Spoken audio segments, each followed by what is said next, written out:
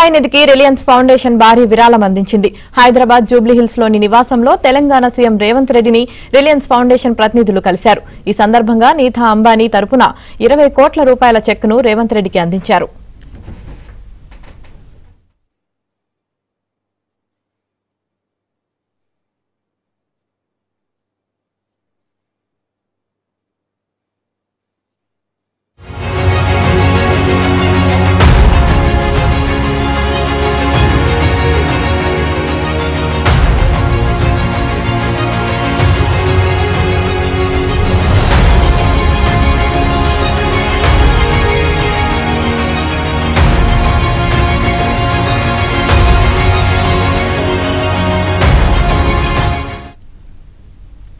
CM సహాయ నిధికి Reliance foundation భారీ విరాళం అందించింది. హైదరాబాద్ జూబ్లీహిల్స్ లోని నివాసంలో తెలంగాణ సీఎం రేవంత్ రెడ్డిని రిలయన్స్ ఫౌండేషన్ ప్రతినిధులు కలిశారు.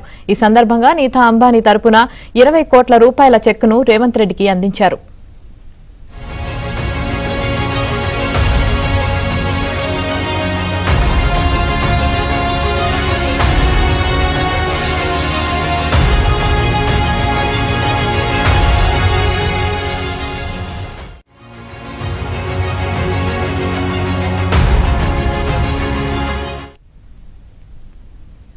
జూబ్లీహిల్స్ లోని నివాసంలో సీఎం రేవంత్ రెడ్డిని FIDE చెస్ ఒలింపియాడ్లో స్వర్ణ పతకం సాధించిన తెలంగాణ ఆటగాళ్లు మర్యాదపూర్వకంగా కలిశారు.